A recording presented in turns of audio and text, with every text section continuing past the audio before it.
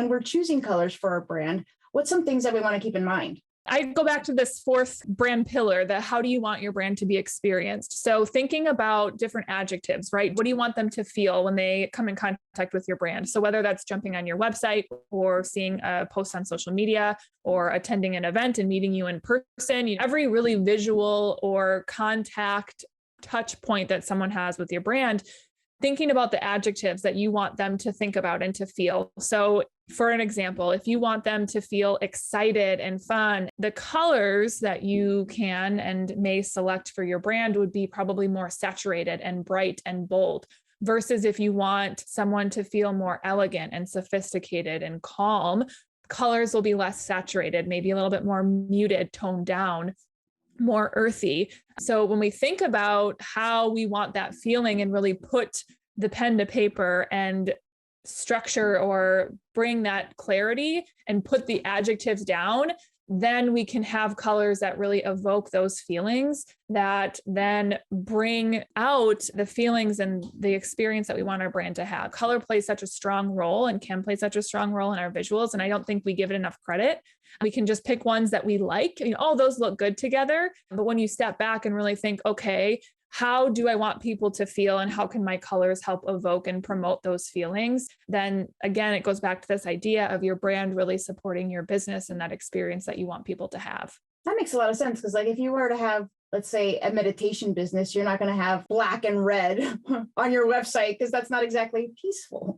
Exactly. And, oftentimes, and myself included, I did this when I had first started our home renovation blog. I just picked colors that I thought that looked good together and I didn't really think about it. And we don't, which is fine. And, that's what happens and that's okay. But when we know better, we do better, right? Color psychology is a huge field. There's a lot of research done about how colors can help elicit and evoke certain feelings. When we take that into consideration, then we can be more intentional about those colors and really have them support what we're trying to do with our brand. I made the same error when I was doing my personal brand, Veronika Ventures, because purple is my favorite color. So everything's purple. Luckily for me, purple is elegant and passionate and good. So it all worked, but that's not why I picked it. So kind of embarrassed about that. The blue, the blue for the Biz Essentials was intentionally picked because blue is associated with like confidence and things like that. Would you say that colors not only depend on your target audience, but also the industry that you're in?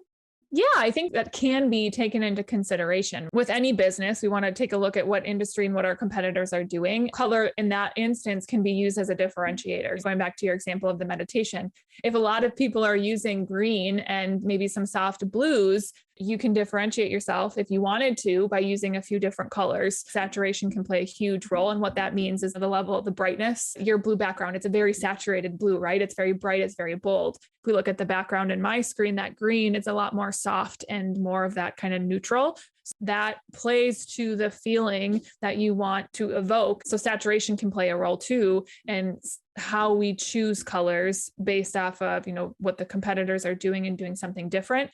Or if you want to get an idea of what people are doing and that's maybe the standard, then you can kind of go in line with what the standard is and what the expectation is. And part of this process, especially if we're just getting started, is just taking action and seeing what's resonating with our audience and then also what's resonating with us. I know I said in the beginning, it's important to find out who your ideal client is so that you can pick visuals that align with them.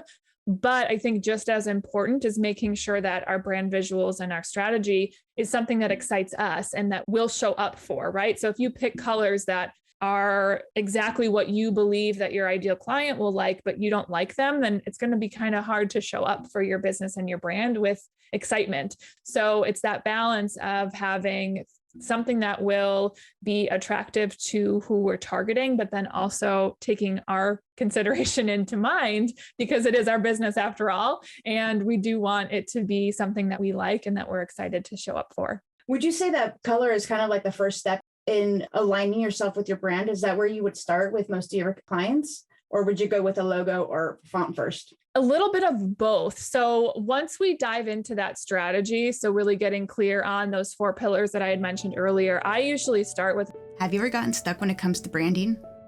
The colors, the fonts, the icons, oh my. Welcome to the Biz Essentials podcast. I'm your host, Veronika, and I'm an entrepreneur just like you. I, for one, have gotten stuck on branding, specifically logos, many times. Kelly is the owner of Witt and Company, a brand strategy and design studio that helps small business owners showcase their expertise through consistent and cohesive branding.